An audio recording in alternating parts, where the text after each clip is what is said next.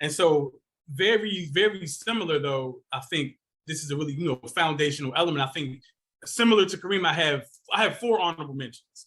And they're all people who you could argue should be in the top 4. Jadakiss, I have as an honorable mention. I mean, he's like the modern day, gangster punchline, great. The person I think actually innovated punchlines and everyone else comes after him, even before Kane, I would say Lord Finesse. Lord Finesse gets at least an honorable mention because he innovated the punchline way back in like 87, 88, the famous battle with Percy P. Like he was punchlines all day. It was Lord Finesse's go-to. Canibus, honorable mention. Only reason why Canibus is an honorable mention and not in the top 4, for the first half of his career, he was arguably the greatest punchline MC ever. But then for like the whole second half, he veered away from that format and started talking more about, the conspiracy theories and the deeper scientific stuff. And, he'd been painting whole pictures with verses, doing a whole bunch of punchlines. And he famously said, fuck a punchline, I passed that prime, because people, were criticizing him, saying he wasn't the same as he used to be because he wasn't leaning on the punchlines anymore. So for that, he kind of falls out for just because he stopped doing it intentionally. Another honorable mention who could easily be in the top 4 that most people don't even know about, Wordsworth. Wordsworth, one of the greatest punchline writers ever, famously known from the Lyricist Lounge show, but even as a freestyler, he incorporated punchlines so flawlessly. And a mentee of Master Ace, Wordsworth, incredible punchline. My top 4, number 4 could easily, my number 1 is going to shock as well. But top 4 could easily be number 1. If you argue he's number 1, I really can't disagree. But my number 4, Big L.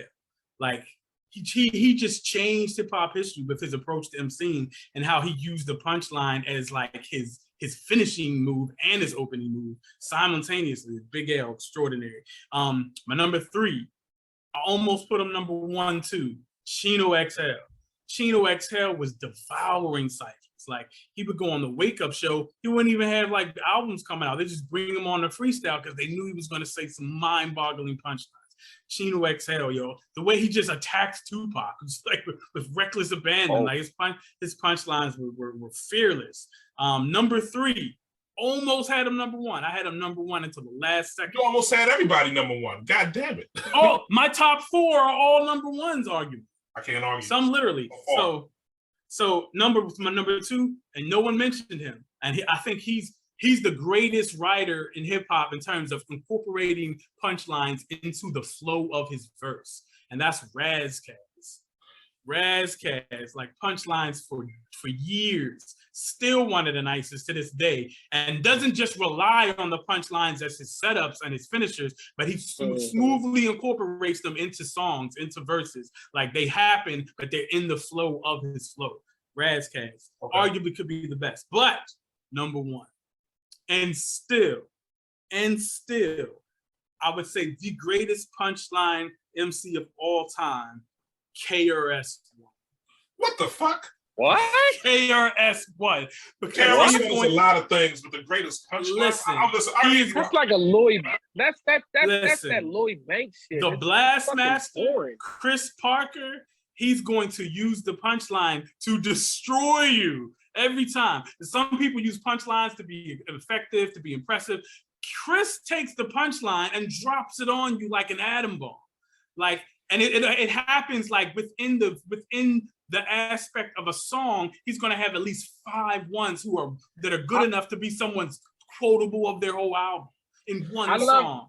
I love the atom bomb. I love the atom bomb emphasis, but so wait a minute, hold on one second. And his punchlines are going to usually teach you something too. But can we, if we gotta give it, if we gonna give it to, then I gotta speak of my favorite, my least favorite Wu-Tang member. Fucking Inspector Deck has a lot of fucking. Yeah, they're more within the structure of the flow and stuff. Though they don't like stop you in your tracks. Because he don't stop. Because he don't stop. Right, his style isn't as conducive to quote unquote punchline. Why is he your least favorite and not like fucking U-God or somebody? Yeah, he's a lot of people's favorite. Yeah. Not right there with U-God. They both my least favorite. Wow. You mean Golden Arms? Deck is so much rebel. The Rebel INS is so much better than Wait a Golden minute. Arms. Let me push back a little bit on the KRS-One. I mean, KRS-One, one of the greatest MCs of all time. We've said that, other than Ty Hill. KRS-One, but he does have punchlines. He has it in his skill set and repertoire, but I don't view him as someone being greater at that aspect than the other artists that we've named. I mean, Chino XL said, "I murder your young style like John Benet Ramsey."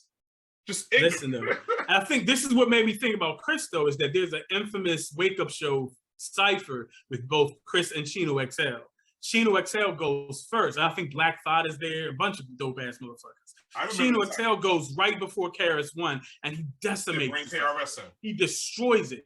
And and then not the Wake Up Show song. This is a cipher they did on the show live, like in like '93 or something. And then Chris goes right after, like they all kind of going around robin. Chino XL goes again, destroys it. Chris comes back right after him, and he just completely makes you forget Chino was even there. But like he every line is a punchline, and he's like it just goes crazy. Like, your dogs can't sick me, your guards can't hit me. It's God, think quickly. He's going crazy, and like he does it. Like he will set you up and make you think he can't do that style really good, and then he'll do it better than you ever thought was possible. But the best of all time at that. I think because he can do it as effectively with writtens as he can with freestyle.